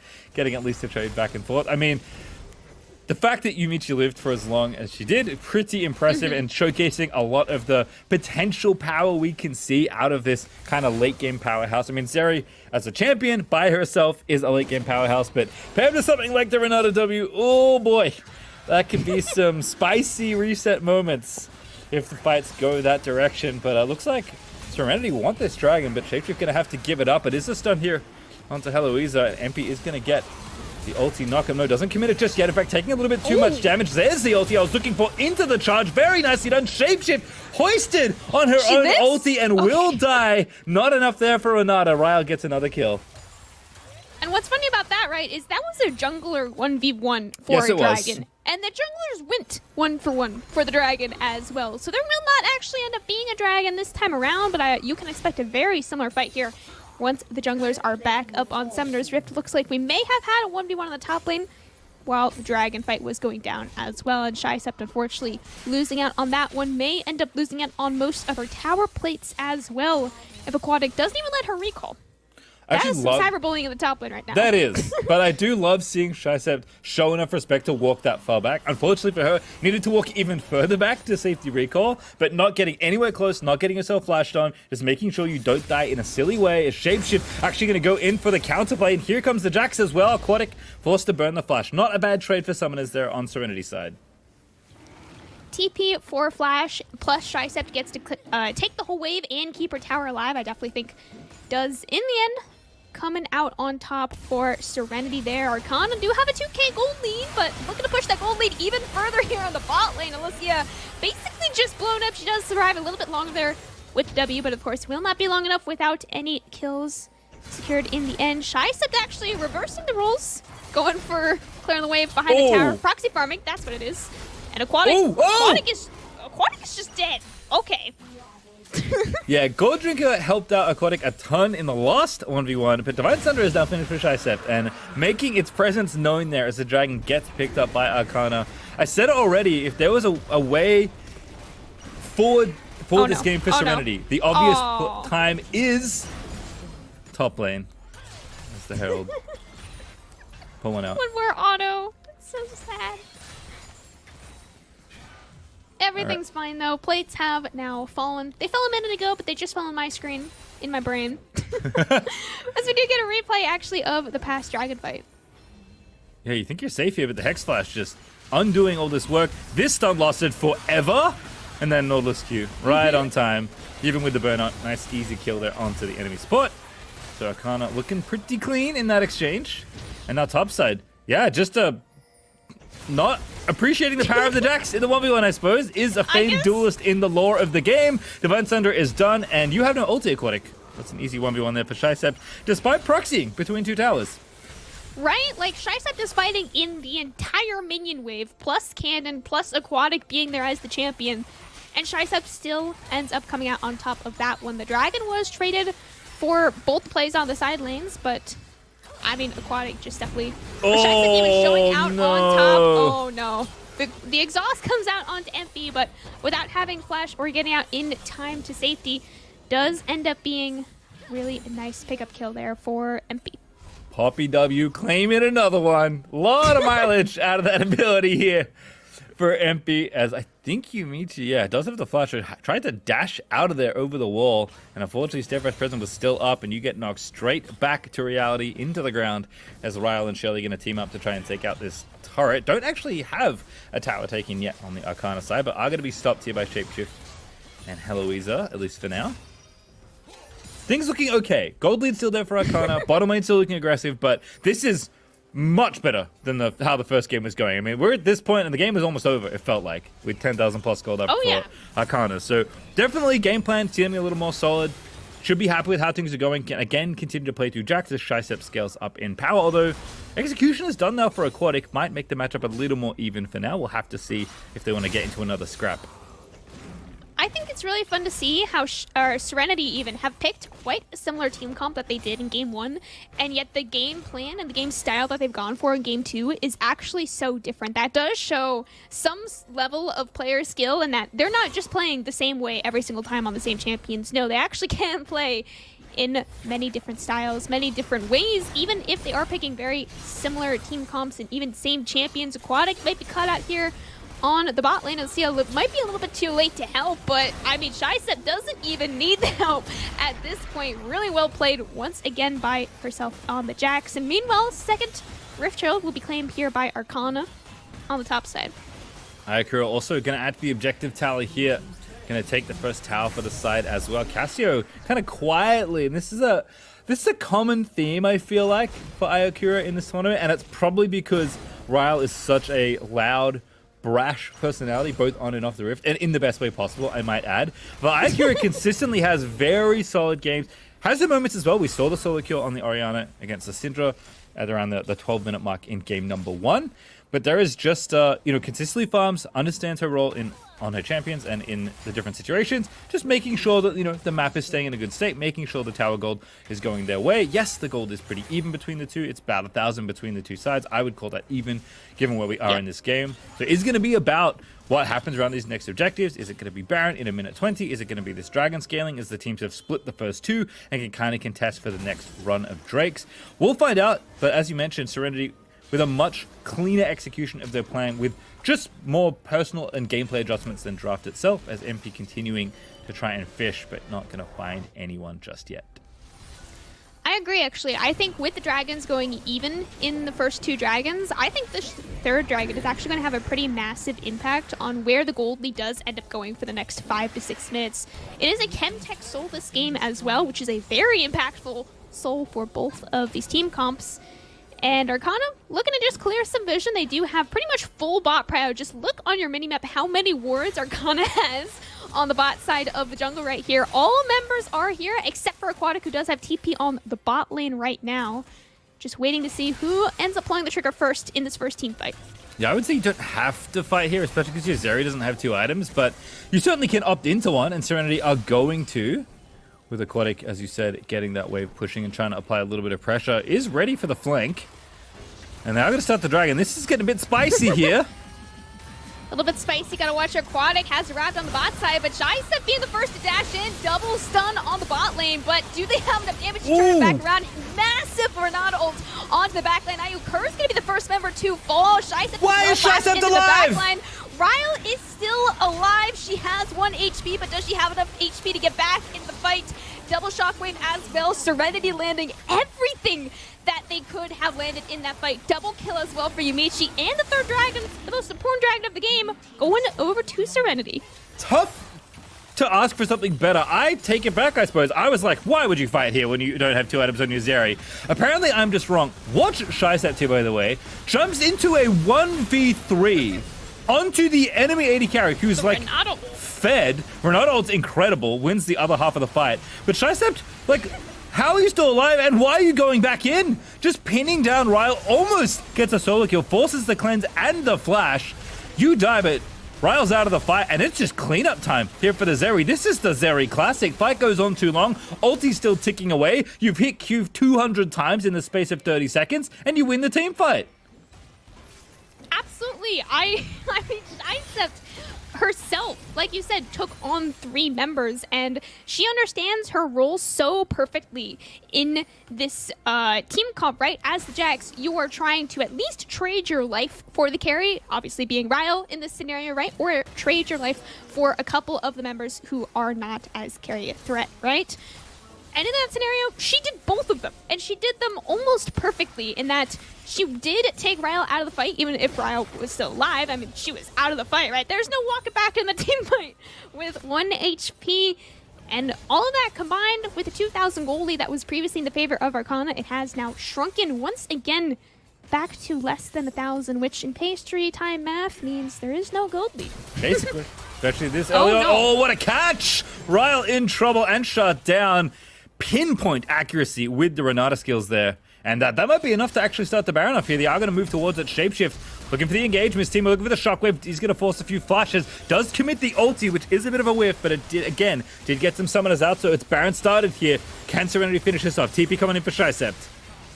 TP from Shysept in the Baron pit. No vision available. Actually, yeah, vision now available for Empy. Does have the ult to get back into the pit. Flash available for her there as well. No smite for Shapeshift if she is not in the pit. They're actually playing this really slow, really patiently here on the Serenity squad. Wait for your smite to walk back in the pit. Empy going in a little bit too early. Oh no, Empy! Left looking for the steal, not gonna get it. It goes into Serenity's favor. Flash back over the wall. Arcana walk out alive, but Serenity walk out with the Baron. So interesting. I think I'm very curious to maybe even see that again. I feel like Empy thought that the Poppy ult was worse.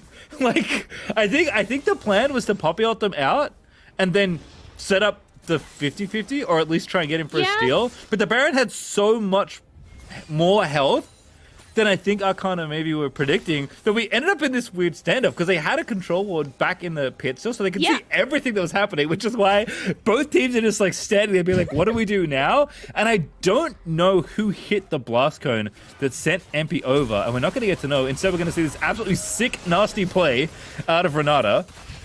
Commits the flash, commits the Q, nails the Lucian of all champions on the head, and then manages to get the kill, which sets up this scenario. So here we go, Poppy ulti charging up, kicked 3 people out, including the jungler, which I think is extra credit on the Poppy ult. Oh, Poppy did it, okay. Yeah, I guess Empy maybe just a little too early, or thinking that they were going to go back in and try and 50-50. We end up in a situation where it's kind of a flip, so there was a steal on the table, but doesn't find it, does have to be flashed back over to get themselves to safety, but Baron now up on the side of Serenity. That's exactly where they want to be. This is the scenario they were in last game, getting their sides pushed in where the enemy team had Baron. Now it's their turn with the big purple buff.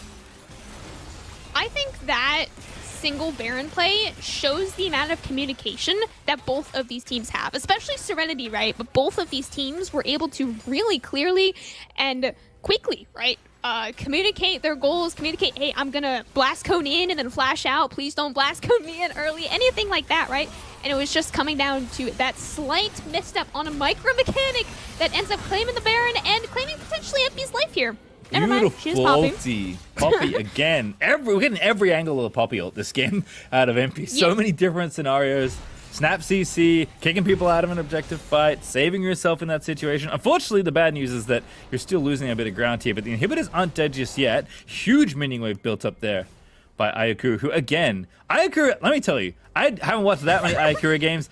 The brain going on behind that player is very big, because consistently in the right spots, consistently understands. I feel like in some ways is like, this happens a lot as well from certain players where even if they don't communicate as much, and I have no idea what the comms are. IQ might be talking the entire game. I don't know.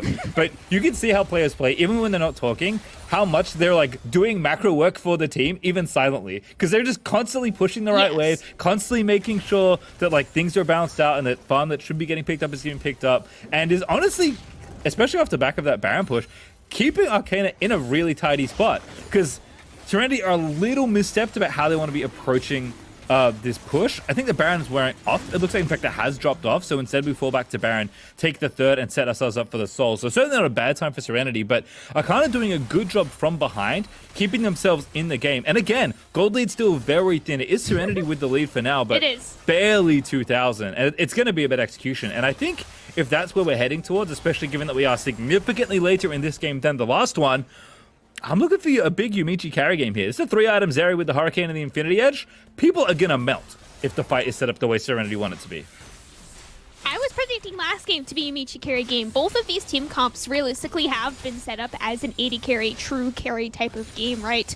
Yumichi didn't really get a chance to even play the game, let alone carry the game in game 1 of this series. But game 2 has been a little bit more in her favor. Hook lands on the Shysept under the turret, does bring the depth charge to nobody. It was almost somebody. As I do want to mention, you talked a little bit about Ayukura's previous experience. She has a lot of experience recently in these competitive environments. I'm holding my breath. Don't start a team fight yet. I'm going to say quickly, Ayukura did play in 2021 of Game Changers, as well as on Taco Gaming in PGCQ. If you remember, Taco Gaming did actually quite well in PGCQ. I mean, how can you forget a team with a name like Taco Gaming? That's just pure excellence.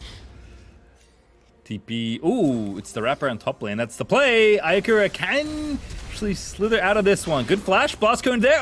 Ooh! Not the angle I expected. A little interesting on the geometry there. And in fact, yep, MP here in reserve. Could even be a turnaround play. No. Do not fight this Jax. Shysept is an absolute terror. Cam, do not encourage them.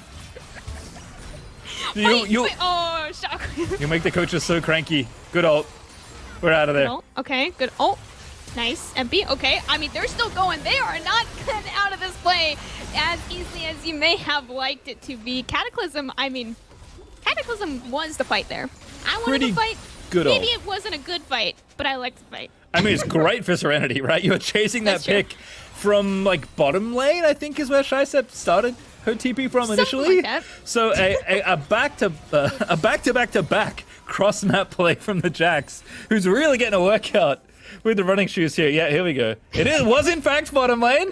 Over we go to the top half of the rift. No, I would have loved to see the behind-the-shoulder Jax cam the entire time. Instead, we'll watch here. Great flash of Ayukura. Stun isn't charged up yet for the counter-strike, so Jax can't get it going, and it's a wild ride we go on here. Yeah, cue the Benny music, absolutely. Oh, that's significantly better. That's my chase music. I don't have Q chase music. for extra move speed. Shysept finally continues chasing. Good double ulti. Good turn from his teamo, actually. And I think Poppy W, they're all fine. It's fine. It's not fine. Yeah, Jarvan, that Cataclysm. Flash, Cataclysm, see you later. And that's 2 kills for Serenity. It's so unfortunate there as well for, I think it was MP, right, who used the blast cone, where if that was a normal blast cone, would have been probably fine for them. But no, it's a Chemtech blast cone. It literally blast cone them right into all 4 members of the enemy team. That's those, I don't know what they're called, bonus blast cones, better blast, whatever they're called. The better blast cones from the Chemtech Rift Soul Rouse, Force Flash away from Lucia. Probably a pretty good trade there if you are Lucia, just because Ryle has been the carry every game. Ryle is scary. You let her hit Challenger, all of a sudden she's Challenger in everything, apparently. I mean,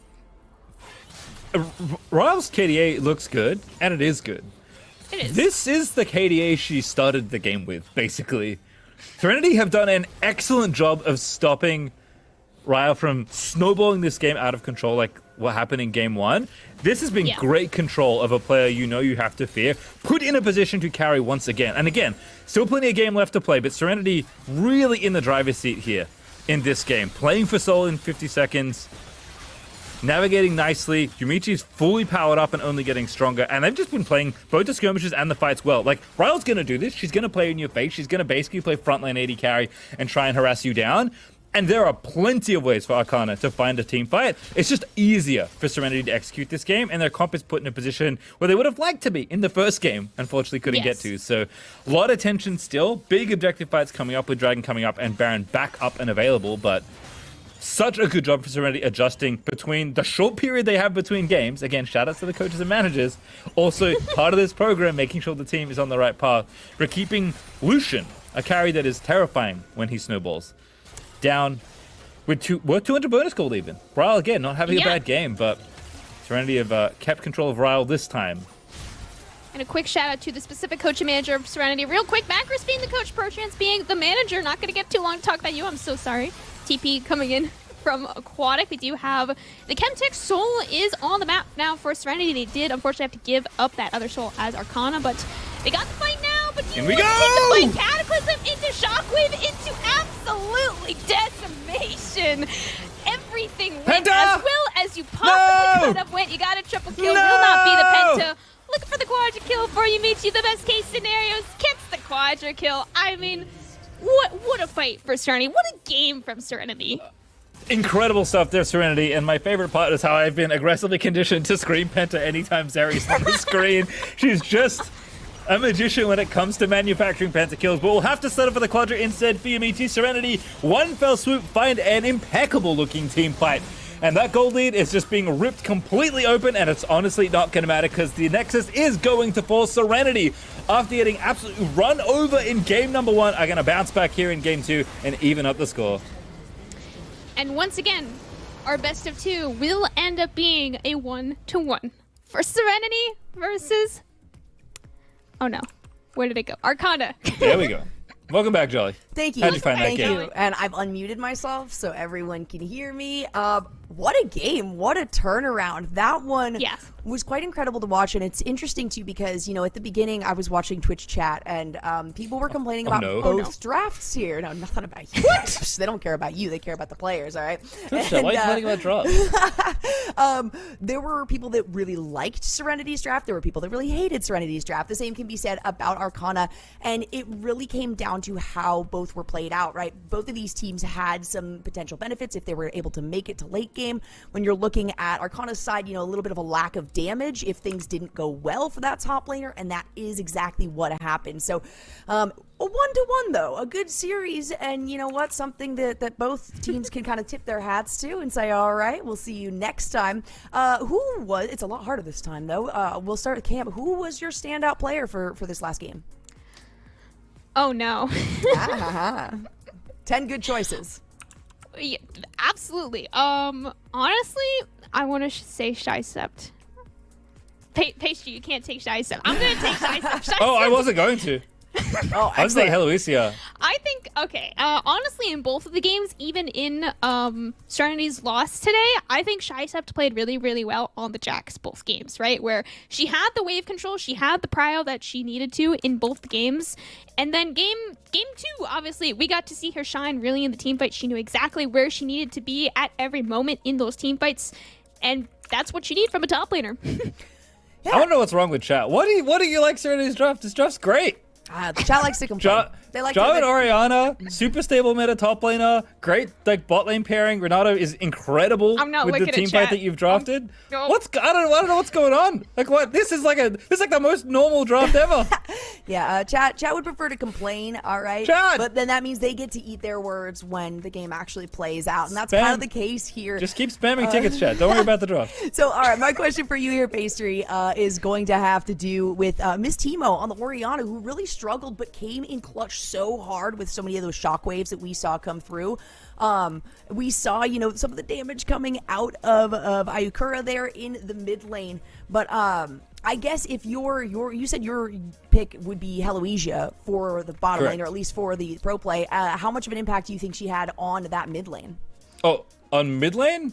Not as much as I can remember, because there wasn't too much roaming that I can remember off the top of my head. The things that really stand out to me from her play this game, though, was all the mid-game stuff that's happening. Like, it is a miracle to catch a player like Ryle on a champion like Lucian, and I think it happened twice, which may be the only deaths, actually, that Ryle ended up suffering in that game, despite being kept down for a lot of it after the initial snowball. Like, so not just Renata ultis, which were great additions to the team fights, but multiple moments where she's catching people with Renata Q and just nailing a carry in a key moment was the thing I was watching for most of that. So really nice stuff. On the Miss Timo side, though, I will say, after seeing all the mid laners play a healthy handful of games, obviously we have plenty to go, I think it's pretty clear that, like, Fairy is the highest rated player, although that might be different now, Cam, if Ryle has been rocketing up the ladder. We'll have to maybe do a little solo queue check at some point. But coming into the event, Fairy was the highest rated mid lane, and it kind of showed in the early games. We'll see here obviously coming up. But you could see the individual skill, like the flexing of the mastery of different champions and like laning especially. And I think Ayakura has been a very slippery player, great movement, and obviously, as I mentioned in this game, a great brain. Miss Timo, I think, is lacking behind a little bit from these players, but is starting to scale up really well. And I think as laning phases stabilize a bit more and she gets more comfort, you'll see her strengths, whether that's team fighting, which she certainly showed up in this game, or maybe just some comfort leading to better laning phases. I'm not sure, but it's really cool to see players get better in an event like this because you are in the pressure cooker in a lot of ways, and this is a game that is a great stepping stone for continuing to get better, because at the end of the day, that is a lot of what this event is about. Absolutely. And, you know, of all the players that we talked about here in this post-game analysis, we're going to have an interview with not one of them. I do believe we have got Shapeshift on the call, so we're going to toss to that interview. Ash, all right. Hi, thank you so much for the throw, guys. And this is Ashley, joined by Shapeshift, the jungler of Serenity. Hey, congratulations on your latest victory. How are you feeling? Thank you so much. I'm feeling really, really good. I think that we got, you know, we weren't super happy after the first game, but our mentals were pretty stable. As soon as the game was over, we were like, okay, we're gonna win the next game. And we did. So. Yeah, there was like a really good comeback, and Arcana had like a really very one-sided game for game 1 of the best of 2. So what was specifically the feedbacks like, and what were the players talking about to each other in order to like boost the team morale once again?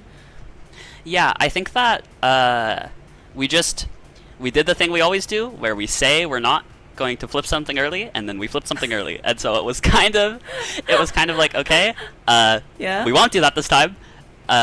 We get blue side, so we don't have to draft from red side. We were hoping to get the Jarvan pick explicitly. Like, that was something we were literally going in hoping to get, and I didn't think they were going to ban it because I don't play Jarvan, so we did. So yeah, I think morale was high because we knew that we had a good chance. Because Arcana often has like a very specific playstyle where they often opt for like a Sejuani maybe, and you know the bot lane might often play like a very aggressive carry champions. How did you try to draft against it? Because you said you were quite happy that you got the blue side. Yeah, so I think we knew obviously that MP was going to play like Sedge or Maokai or something along those lines. Poppy is what it ended up being. And also that they were going to try that. We basically expected them to try the same thing again, and we believed that if we did something similar but like a little bit different, that we could like win draft, I guess. And so that's where the Jarvan came in, because it was a little bit more like able to match Poppy a little bit more in the early game and be like a little bit more proactive, and then still have that like kind of really broken Gore Shojin scaling win con. And you said you're not really like a Jarvan player, even though you had a great performance on that champion. No, that was possibly my 4th ever Jarvan game. Oh. I don't play Jarvan. Yeah? I played it once in Game Changers 2021, and I was like, wow, I hated that. That was awful. I never want to play that champion again. And I never did. I literally never did. And then Jarvan became meta, and I still didn't want to play it. I still didn't want to learn it for like a couple of weeks, and then finally I gave in and I was like, okay, fine, I'll try it. And I did the clear. I did Jarvan clears for like an hour or two, and I was like, you know what, this is kind of fun. So then I played a couple games on an alt account to like practice playing the actual champion, and then here we are. Before we started the interview, Shapeshift, you did mention that you're more of a full clear, like in a jungler. Can you tell me more about this playstyle? Yeah, I think that the way that I like got out of like super low elo the first time was playing only in Italy. Every single game I would full clear, and then I would make a play, and I was better than they were, and so the play would win, and so I would win like 70% of my games or whatever. And so that's how I like learned to play the game at like a higher level, and I had a really hard time like not doing that, but like learning to do something else. But I think that last year during Game Changers, that was something that we focused on a lot. Me and XU, who was my coach at the time, focused a lot on looking for things that aren't just like autopilot full clear, and so now I'm able to like look at the map a lot more and like look for those angles. But I'm still at heart, I'm still a full clear jungler. And how does it work when it comes to the synergy with your top laner, Shaiset? Because I interviewed her last week, and she is a very like an aggressive carry-oriented player, and it also reflects on champion pool. And obviously, the top and jungle has a very close synergy in every team. Yeah, absolutely. I think that me and Shai have honestly like a pretty good synergy. Like it's not great because there are still things that we could work on, right? And that we are working on. But I think that I've played with her before, and she's used to us playing through bot lane, and she's normally like completely fine with that. She's like, okay, yes, I'm playing Jax or whatever, but it's totally fine for you to go and focus your energy on bot lane because I think she's very self-sufficient. From the way you described the team throughout the interview, it does sound like the team has quite a decently positive team atmosphere. What are some of the things that you yourself or Serenity want to work on for the rest of the game changes? I think that we've been working on a lot of things. We're working on like slowing down our early game, right? Like as you can see in game 1, we did not slow down our early game enough, and it kind of blew the game open like immediately, which is what happens a lot, right? Where our games will blow up instantly, and then our scaling win con is a little bit zoomed. But yeah, so we're working on slowing our games down, and I need to talk more actually in game. That's something that I'm working on personally is comms. Okay, we'll continue to watch Serenity as it works on its team synergy and show even better performance for the rest of the tournament. Finally, Shapeshift. What would it mean for you to play on the LCS stage with the crowd only coming up in a few weeks? I'm really excited. Game Changers as a program is something I care a lot about, having been in every iteration thus far and having seen the growth of the program and going from, like completely locked down to slightly less locked down to now very open and public about everything has been really exciting.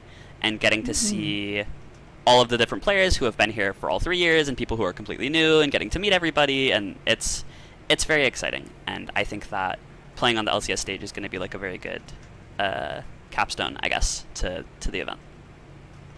Thank you so much for your insight, and we will also look forward to seeing you at the LCS stage very soon. And back to you, casters. Thank you so much. Thank you so much, Ashley. I love Ashley. Everybody loves Ashley. I also love Shapeshift though, and I got to last night. I got to sit down with Thousand Eyes, another caster in the scene who's very familiar with all these gals. I got some insight from her, and one of the things about Shapeshift that I learned is if you want to learn about those jungle clears, right? Go ahead, check out her YouTube channel. She has plenty of pros that actually follow her. Not only that, I mean, she's already been on the PBE, right? Finding out how to get the fastest clears. She has multiple world records on some jungle clears. Some of them are uploaded on her YouTube. Some of them aren't even up there yet. So if you are curious about jungle clears, go check that out. You also notice maybe that might be her one weakness. A couple of times when she went into gank Shisept, she had finished clearing and was there just a little bit too late. So that is one of the downsides, I guess, of focusing so hard on those clears. But you got to feel good if you're Shapeshift and you're able to come in and tell Ashley how well you did, and have that kind of be a focus or a central focal point of the gameplay here.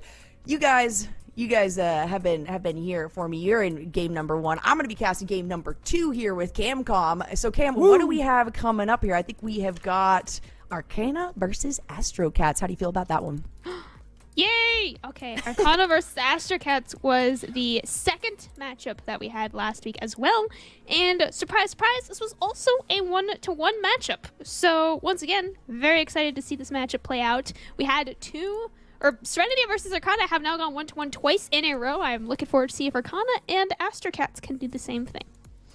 Yeah, it was an oddly familiar situation where one game felt very snowball and the other game felt quite close. We've actually only had 1-2-0 so far in the event, which is pretty impressive. Granted, we've only played 4 best of 2s, but I'm curious to see honestly what Astrocats have brought to the table for week 2. I think we've already seen a ton of growth from the 2 teams we have seen, so seeing the third team we have yet to see this week of the event, it'd be cool to see what they've cooked up or learnt, because again, you're hearing it from these players in interviews, you're seeing it in the game. You are learning so much over the course of this event, and you don't have a lot of time. I don't know how many times I can reiterate that, but it's so cool to see all these players just getting it done, figuring it out, learning a ton, and it reflecting in the games we get to cast. Yeah, that's certainly, one of the upsides for people that tune in every single week, right? We've got this month-long event that we get to check out these gals and what progress they have made. And I think that is one of the biggest things that a lot of these teams are going to be looking forward to. We've already got some organizations as well jumping in, right? Golden Guardians, who have, I think, stepped up for Serenity, if I'm not mistaken. And then NRG for Arcana. I have to just want to make sure. Arcana and NRG has stepped in. So AstroCats sitting as the only team so far that an org hasn't picked up yet, but they have really proven themselves. They did it week number 1, and now in the next 2 series, we get to see if they can show it once more. So we are going to take a quick break. Now is the time to get your drinks, get your snacks, get everything you need to sit down and stay comfy, because we got 2 more series coming up. And like we said, the next one that we're going to see is Arcana versus AstroCats. So don't go anywhere. We'll be right back with more LCS Game Changers.